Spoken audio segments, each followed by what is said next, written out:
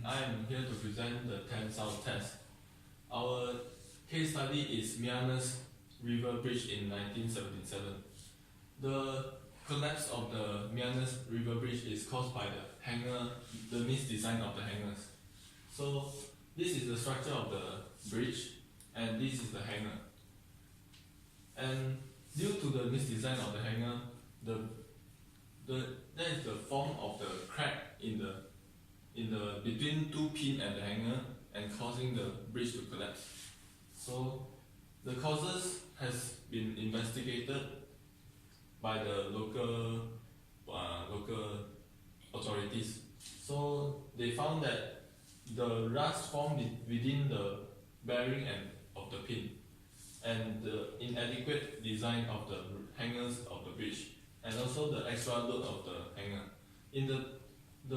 During the background, they will discuss about the causes that caused the bridge to collapse more detail.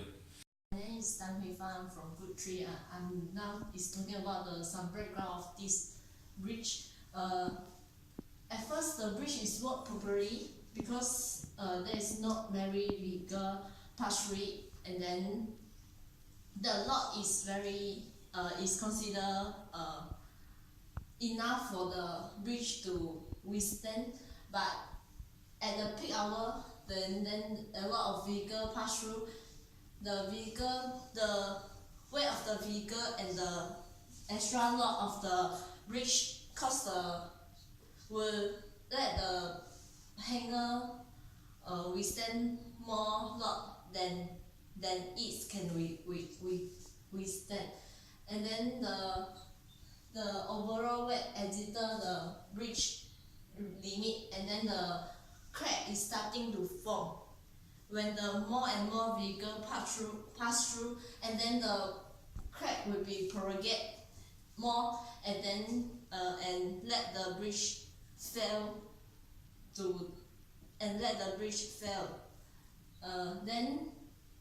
Therefore we need to carry out some before we do the bridge.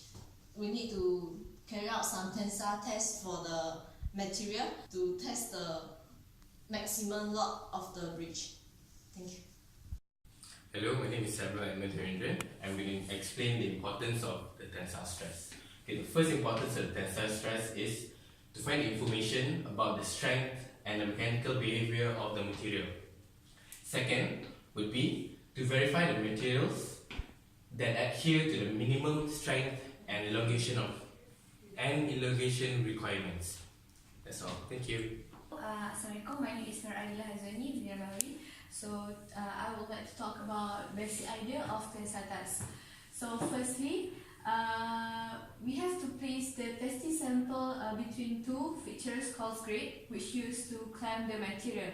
Second step is a weight is applied to material such that one grade and other is fixed. The third one is we increase the weight while we change the length of the sample is measured, and we recorded it until the materials break. So that's we can get a graph of stress and strain. Next, elastic and plastic material properties can be determined. Finally, we can calculate for Young modulus, yield strength, ultimate tensile strength, elastic strength, density.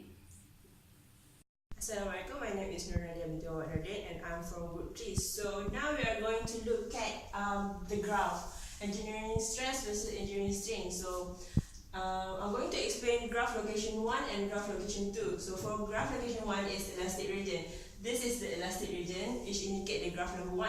So in this part, material can be stretched in an elastic or reversible manner, which means this is the part where when some load is put on the object can return back to its former shape. So whether like how we say here, when load is removed, material back to its original shape. And the second part is this part where graph location 2, 0.2% offset yield strength. So this curve, since it indicates the strength of the material, which means it's going to change a bit of shape, but it's still didn't pass it plastic region yet.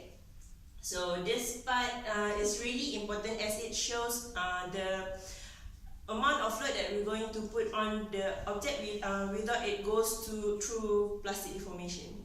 Thank you.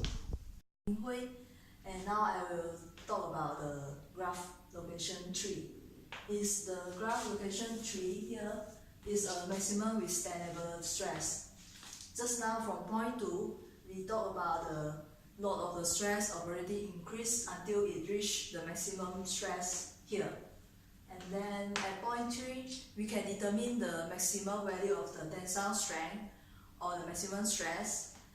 And then it is not a very useful property because the material has permanently deformed.